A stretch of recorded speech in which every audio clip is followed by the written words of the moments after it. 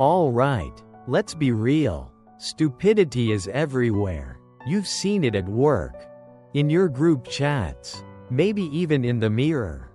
Don't worry, me too. But how do you really know if someone's just having a dumb moment or if they're living on a permanent vacation in Stupidville? Today, we're breaking down the hilarious signs of a stupid person. And trust me, some of these will make you cringe, laugh, and maybe call yourself out. So, are you on the list? Let's find out. 1. They reject new ideas without trying them. Let's talk about one of the sneakiest, most self-sabotaging behaviors out there. Rejecting new ideas without even trying them. You've seen it happen a million times. Maybe you've even done it yourself. Don't lie, we've all been there. Someone comes to you with an idea, big or small, and without even thinking, your first instinct is, nope, that's not going to work. You don't ask questions. You don't dig deeper. You don't even let the poor idea breathe for more than 2 seconds before you've declared it a failure. Why? Because rejecting something is easy. Saying no takes zero effort, zero vulnerability, and, brace yourself, zero imagination. Here's where it gets controversial. Most people who shoot down new ideas aren't being logical or practical. They're being scared of change, scared of failure, or scared of being wrong. Because let's be honest, if someone else's crazy idea works, it forces you to confront the uncomfortable fact that maybe your way of doing things isn't the best. Or worse, that you've been stuck in your comfort zone for far too long. And hey, I'm not coming at you like I'm innocent here. I used to be the queen of shutting things down. I'd roll my eyes at new technology. TikTok? That's for kids. Fast forward. And now I'm sitting here like, oh, cool. Everyone else is making millions. And I'm late to the party. Or when my friend suggested starting a podcast together years ago, I said, that's a lot of work. Who's going to listen to us anyway? Fast forward to today, and their podcast has tens of thousands of listeners. Meanwhile, I'm over here just listening to it like, wow, this could have been us. And here's the deeper truth that stings. Rejecting new ideas doesn't just hold you back, it holds back the people around you too. Imagine sharing something you're genuinely excited about, something you've spent time dreaming about, only to have someone shrug and say, nah, that won't work. It's demoralizing. It's like handing someone a balloon and watching them pop it right in front of you. But let's flip the script for a second. Imagine how different the world would be if the greatest innovators had listened to the "that won't work" crowd. Flying humans? Aren't birds enough? A personal computer in every home? Who even needs that? Movies on the internet? Sounds dumb. If no one had ever taken a leap, we'd still be sitting in caves, staring at rocks and wondering how fire works. Here's what I've learned. Rejecting new ideas isn't just about the idea itself. It's about the mindset behind it. Saying no without trying is the hallmark of a closed mind. And you know what a closed mind gets you? A small, predictable life. The kind of life where nothing changes, nothing grows, and nothing exciting ever happens. And honestly, I get it. Trying something new is scary. It puts you at risk of failure, of looking stupid, or of realizing you don't have all the answers. But do you know what's even scarier? Staying exactly the same. Waking up one day and realizing you've spent your whole life saying no to the opportunities that could have changed everything. Here's the deep message. Life rewards curiosity. It rewards the people who say, why not? instead of, no way. The people who lean into the discomfort of the unknown, even if it means falling on their face a few times. Sure, not every idea is a winner. Some things will flop, but even in failure, you learn, you grow, and you gain stories to tell. And trust me, I've been humbled more times than I can count. Like the time I was so sure that trying yoga was a waste of time. I was convinced it was just stretching in slow motion. But when a friend dragged me to a class, I ended up loving it. It was hard, it was awkward, and yes, I fell over multiple times. But I also felt stronger and more present than I'd ever been. That one experience opened my mind to things I never would have considered before. Or the time I almost skipped a business seminar because I thought, oh, another boring conference. But I went anyway. And one conversation I had with a speaker ended up leading to an opportunity that changed my career. All because I didn't let my knee-jerk skepticism hold me back. So here's my challenge for you. The next time someone pitches you an idea, whether it's a new restaurant, a different way of doing something at work, or even a wild vacation plan, resist the urge to shut it down immediately. Instead, ask yourself, what if this actually works? Because here's the truth. Saying yes to new ideas, even the ones that seem a little out there, is how you grow. It's how you stumble onto the things that make life exciting and meaningful. The bottom line: rejection without reflection is the fastest way to a boring, stagnant life. Stop shutting the door on new ideas before you've even peeked inside. Who knows? You might just find something that changes your life. Or at the very least, makes it a little more interesting. So the next time someone says, hey, let's try this, take a breath, let go of the fear, and give it a shot. Because here's the real question you need to ask yourself. What's the worst that could happen? And what's the best that could happen? You might just surprise yourself. 2. They think being mean makes them smart. Let's dive into this one because it's spicy. You've definitely seen this behavior before. Maybe in that one coworker who always has something sarcastic to say. Or that friend who thinks tearing other people down is just keeping it real. And let's be honest, social media is full of people who believe being mean equals intelligence. They drop a cutting comment, dunk on someone's opinion, or criticize every little thing. And suddenly they're walking around like they've won a Nobel Prize in being right. Spoiler alert. Being a jerk doesn't make you smart, it just makes you a jerk. Here's the controversial truth. A lot of people confuse cynicism with intelligence. They think being skeptical, sarcastic, or flat out mean makes them look like they're the smartest person in the room. But let me tell you something. Real intelligence doesn't need to scream. It doesn't need to put others down to feel tall. If your version of smart is pointing out everyone else's flaws or making people feel small, then congratulations. You've unlocked the lowest level of emotional maturity. Now, don't get me wrong, there's a time and place for healthy debate, constructive criticism, and yes, even sarcasm. I love a good roast as much as the next person, ask my friends. They know, but there's a fine line between being funny or insightful and just being mean for the sake of it. And a lot of people cross that line without even realizing it. Why? Because meanness is easy. It's cheap.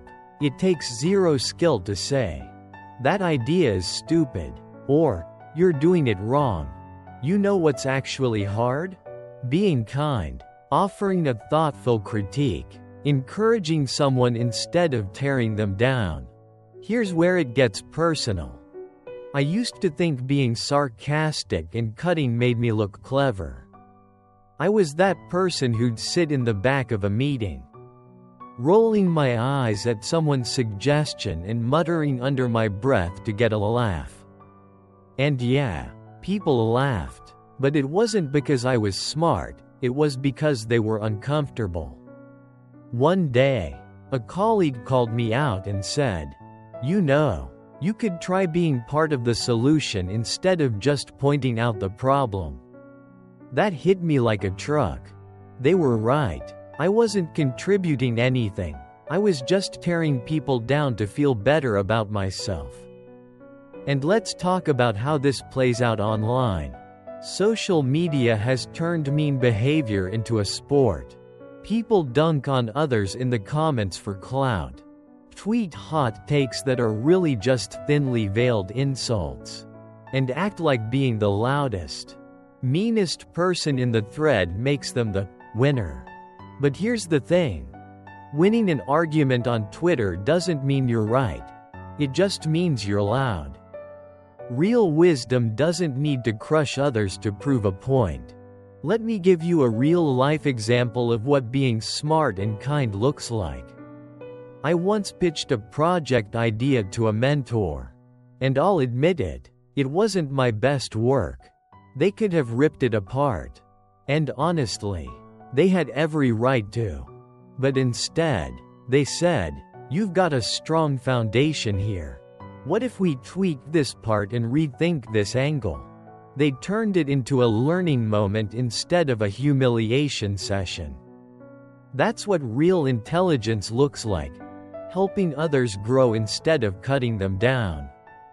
Here's the deeper truth. Meanness is a defense mechanism. A lot of people act mean because they're insecure.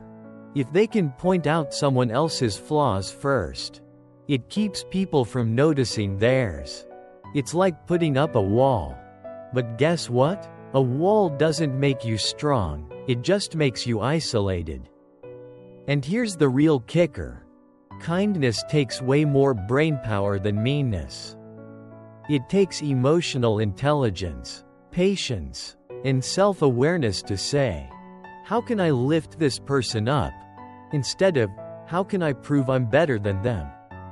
The people who are truly smart, like world-changing smart, aren't the ones who dominate every conversation or win every argument.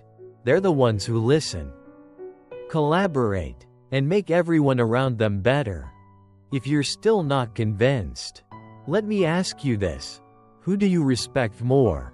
The person who always has the sharpest insult? Or the one who makes you feel heard, supported, and inspired? Exactly. So here's the deep message. Being mean doesn't make you smart, it just makes you mean. Real intelligence shines brightest when it's paired with kindness and humility. If you want to prove you're the smartest person in the room, don't do it by tearing others down. Do it by building something meaningful, helping someone grow, or offering an insight that actually improves the conversation. Because at the end of the day, no one remembers the person who made the best insult. They remember the person who made them feel like they mattered. So let's all stop confusing cruelty with cleverness. The world has enough critics. Be someone who creates, uplifts, and inspires instead. Trust me, that's the kind of smart that really leaves a mark. 3. They can't admit when they don't know something. Let's talk about one of the biggest red flags of all time. People who just cannot admit when they don't know something. You've met them, I've met them, and maybe, just maybe, you've been them. You ask a question or bring up a topic, and instead of just saying, "I don't know," they'll spin the most convoluted answer, act like an expert, or change the subject entirely. Here's where it gets controversial. People who refuse to admit they don't know something aren't just annoying, they're dangerous. They're the ones who spread misinformation, make bad decisions based on guesswork, and take everyone else down with them. And let's be real, a lot of this comes from ego. Somewhere along the line, they decided that admitting ignorance equals weakness. So instead of saying, "Hey, I'm not sure," they double down on their fake knowledge and hope no one notices. But here's the hard truth. Pretending to know something doesn't make you look smart. It makes you look ridiculous. Because eventually, people do notice, and when they catch on that you're full of it, you lose credibility permanently. I've got a personal story for this one. Because, oh boy, I've been guilty of it myself. Back in college, I tried to impress a group of friends by talking about a band I pretended to know about. Someone asked, "What's your favorite album of theirs?" And I froze. Instead of just admitting I'd never heard their music, I blurted out, probably their first one. You know, the classic one. Yeah, their first album was an EP that wasn't even on Spotify. They called me out immediately, and I wanted to sink into the floor. Moral of the story: if you don't know, just say so. It's way less embarrassing than getting caught in a lie. But this behavior isn't just limited to harmless stuff like music or pop culture. It gets serious when people pretend to know things in areas where the stakes are high. Like the boss who acts like they have all the answers instead of consulting their team. Or the friend who gives you advice about relationships, health, or finances based on nothing but their own assumptions. One time, I listened to someone who swore they knew how to fix my laptop. They ended up wiping my hard drive. Why didn't I just go to a professional? Because they sounded confident. And that's the trap. When people can't admit they don't know, they often sound convincing enough to take others down with them. Let me hit you with the deeper truth. Admitting you don't know something is a sign of strength, not weakness. It shows self-awareness, humility, and a willingness to learn. The smartest people I've ever met are the ones who say, "I don't know. Let me find out." Because here's the thing. No one expects you to know everything. What people do expect is honesty. When you admit you don't know something, you open the door to curiosity, collaboration, and growth. Take this example. I once worked on a project with a team member who was insanely talented but also completely unafraid to say, "I'm not familiar with this. Can you show me?" It didn't make me think less of them. In fact, it made me respect them more. They didn't waste time pretending, they spent their energy learning. By the end of the project, they were better at it than I was now. Let's contrast that with the people who fake it. I've seen folks dig themselves into massive holes because they couldn't just admit, "I don't know." One coworker I had was infamous for this. They'd nod along in meetings, act like they had everything under control, and then deliver the wrong results because they were too proud to ask for help. It didn't just hurt their reputation, it set the whole team back. But let's be honest, why is it so hard for people to admit they don't know something? For a lot of folks, it comes down to insecurity. They think if they admit ignorance, people will judge them, see them as incompetent, or think less of them. And sure, in some environments, that fear is valid. Some workplaces or social groups do punish vulnerability. But here's the twist. Refusing to admit ignorance only makes things worse. People will judge you harder when they find out you faked it. Here's the deep message. Admitting you don't know something isn't a weakness, it's a superpower. It's the first step to learning, growing, and actually knowing. No one expects you to be a walking encyclopedia. But people do expect you to be honest. When you say, "I don't know," you create an opportunity to learn something new. You invite others to share their knowledge. And you build trust by showing you're human. And here's the kicker. The most successful people in the world are the ones who embrace not knowing. Think about it. Scientists, entrepreneurs, artists, they all start with the same phrase, "I don't know. But let's figure it out." That's how innovation happens. That's how progress happens. That's how growth happens. So the next time someone asks you something and you don't know the answer, resist the urge to bluff. Just say, "I'm not sure, but I'd love to find out." It's honest. It's refreshing. And honestly, it's a whole lot less stressful than pretending you're an expert in everything. Because at the end of the day, intelligence isn't about knowing all the answers. It's about knowing how to ask the right questions. And the smartest question you can ever ask is this: "Can you teach me?" So the next time someone asks you something and you don't know the answer, resist the urge to bluff. Just say, "I'm not sure, but I'd love to find out." It's honest. It's refreshing. And honestly, it's a whole lot less stressful than pretending you're an expert in everything.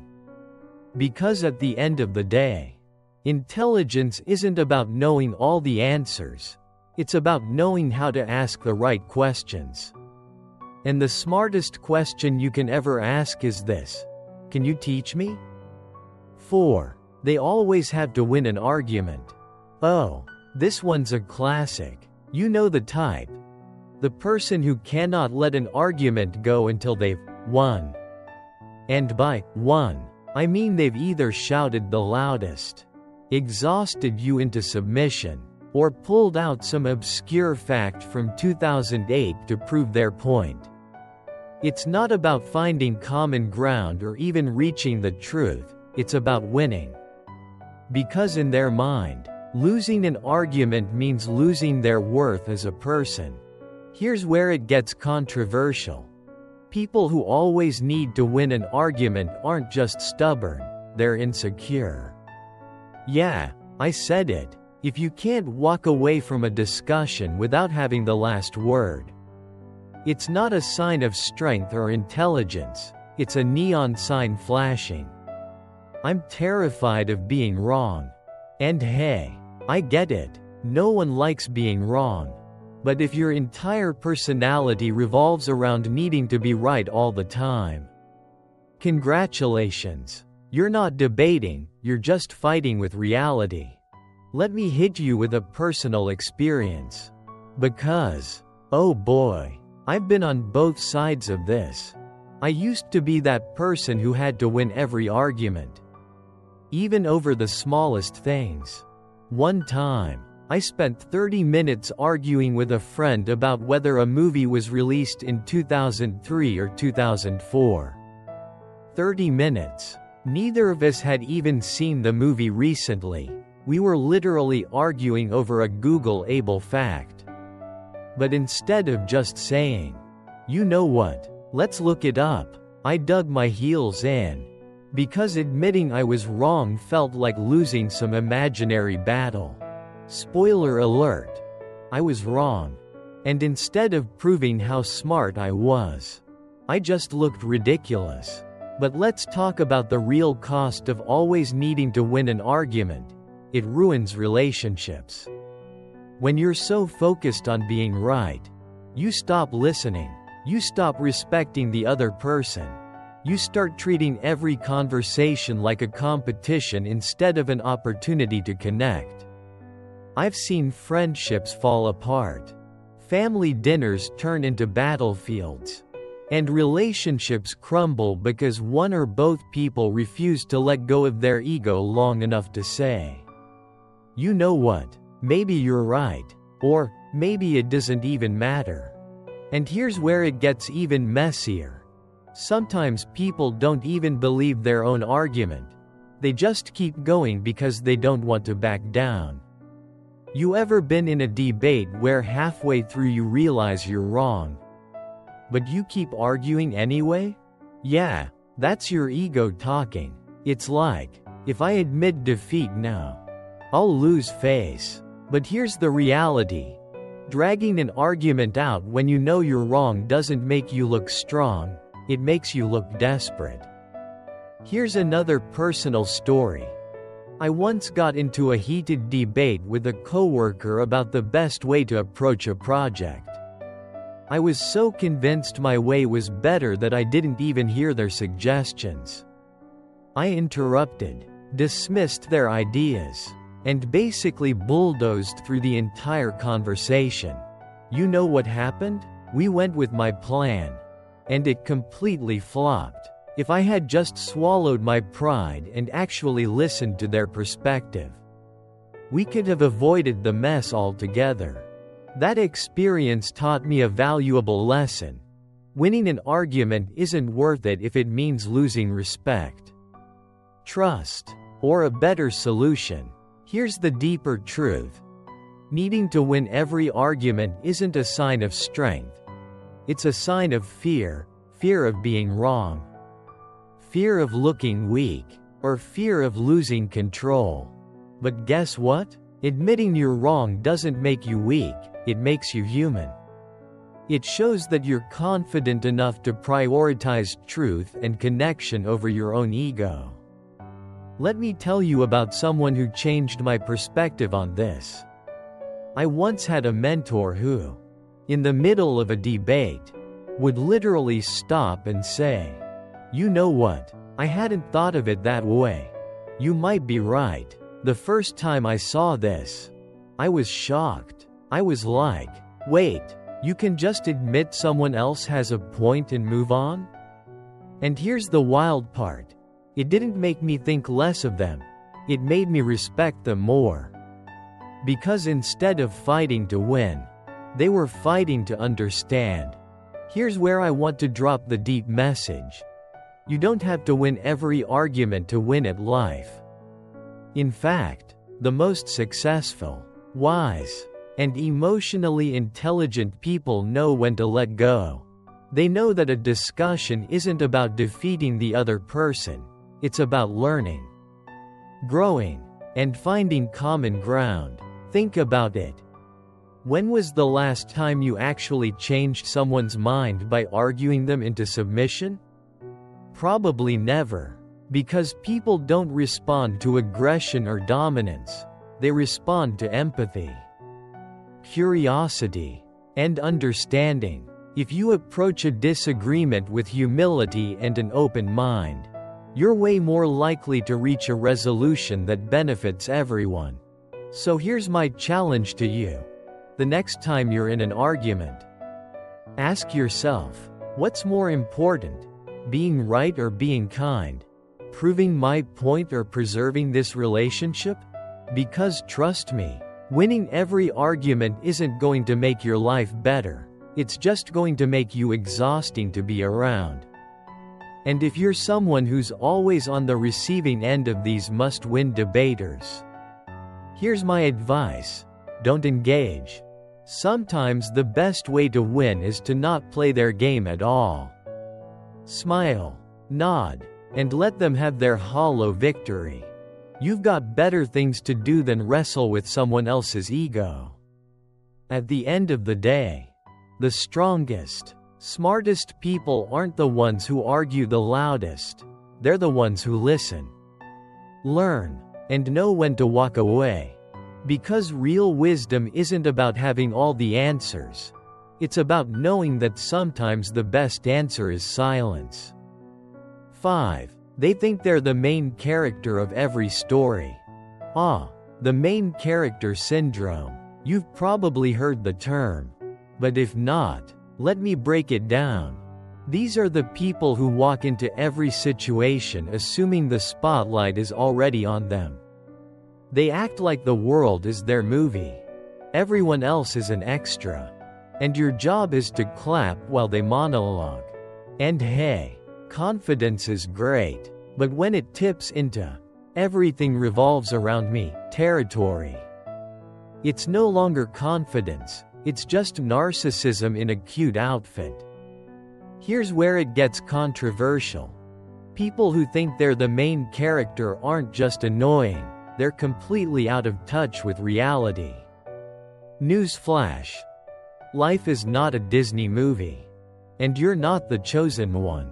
The world does not bend itself around your drama, your ambitions, or your opinions. But here's the catch. This mindset isn't just irritating, it's harmful. It blinds people to the needs, struggles, and perspectives of others. And honestly, isn't that the exact opposite of what a hero is supposed to do? Let's break it down. These are the folks who hijack every group conversation and steer it back to their own life. Got a problem? They've got a bigger one. Achieved something great? Oh, they've done something better. Even if you're just venting about your day, they'll somehow turn it into, well, you think you've got it bad. It's exhausting. Here's a personal experience to illustrate. I once had a friend. Let's call them Jamie, who couldn't let anyone else have a moment. If someone shared a success, Jamie had to top it. If someone shared a struggle, Jamie would one-up their pain. One time, during a dinner party, another friend announced they'd just gotten a promotion after months of hard work. Before anyone could even congratulate them, Jamie chimed in with, "That's cool, but when I got my last promotion, it was way more intense because I had to deal with XYZ." The energy in the room just plummeted. What should have been a celebration became a weird competition. And it wasn't the first time Jamie pulled this stunt. But here's the deeper issue. People with main character syndrome aren't really confident, they're insecure. Their need to center themselves in every story comes from a fear of being irrelevant, overlooked, or forgotten. And ironically, by making everything about them, they alienate the people who might have cared about them the most. It's like they're trying so hard to be seen that they end up invisible. Now, I'll admit, I've fallen into this trap myself. There was a time when I thought sharing my story in every conversation was the best way to connect with people. Someone would say, "I'm feeling really anxious about this meeting." And I'd jump in with, "Oh yeah, I've been there. Let me tell you about this one time when." I thought I was being relatable. But what I was really doing was taking the focus away from them. It wasn't about connecting, it was about my ego. Let me tell you when it hit me. A close friend pulled me aside after a conversation and said, "You know, sometimes I just need you to listen. Not tell your own story." Oof. It stung. But they were right. I was so busy being the main character that I forgot to just be present. Here's where we bring the deep message. Life isn't a solo performance. It's an ensemble cast. Everyone you meet has their own story, their own struggles, and their own triumphs. When you act like the main character all the time, you miss out on the beauty of those stories. You miss out on connection. And honestly, being the main character 24/7 is exhausting.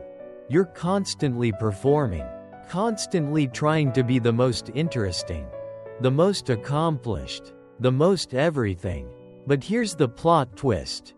You don't need to be the main character to matter. Sometimes the most impactful thing you can do is step back and let someone else shine. Be the supporting character who lifts others up, the friend who listens, the teammate who collaborates. I've seen this transformation happen. And it's incredible. One of my coworkers who used to dominate every meeting with their ideas started intentionally stepping back and asking others for their input. At first, it felt forced. But over time, They realized that when they made space for others, the entire team became stronger. They didn't lose respect by stepping back, they earned it. Here's the real truth. The world doesn't need more main characters. It needs more humans, people who are willing to listen, learn, and share the spotlight. Because when you stop thinking the world revolves around you, you start noticing how much richer, deeper, and more meaningful life becomes. So here's my challenge to you. Next time you're in a conversation, resist the urge to steer it back to yourself. Let someone else be the main character for a moment. Celebrate their victories, support their struggles, and just listen. You might be surprised at how much more rewarding it is to play a supporting role. And hey, if you're someone who's always dealing with a main character in your life, remember this: you don't have to compete. Let them have their moment. It doesn't take anything away from you. Because at the end of the day, true confidence isn't about being the star of the show. It's about knowing your worth whether you're in the spotlight or not. After all, the best stories aren't the ones where one person dominates. They're the ones where everyone gets to play a part. So maybe, just maybe, the best thing you can do is share the stage. Alright, folks, that's a wrap. Look, we've all been guilty of at least one of these things at some point. Nobody's perfect, but the point isn't to beat ourselves up or point fingers, it's to take a step back. Laugh a little, and maybe ask, am I doing this? Could I be better? Growth starts with self-awareness. And if we can't laugh at ourselves along the way, what's the point? Here's the deeper takeaway. Being smart isn't about never making mistakes or always being right. It's about being open to new ideas, open to admitting when you're wrong, and open to stepping out of the spotlight so someone else can shine. The smartest, most fulfilled people I've ever met are the ones who don't take themselves too seriously, but take the world and the people around them seriously. So whether you saw yourself in some of these points or just thought about that one person you know, let's make a pact: less ego, more empathy, less me, and more curiosity about the world and others. Because life's way more interesting when we're not the only star of the show. If you enjoyed this, make sure to like, subscribe, and share it with someone who needs a gentle, or not so gentle, reminder. And hey, drop a comment below. What's a sign of a stupid person that I missed? Let's keep the conversation going. Thanks for watching. And remember, it's not about being perfect, it's about being better. See you in the next one. Stay curious, stay kind, and stay honest. Peace.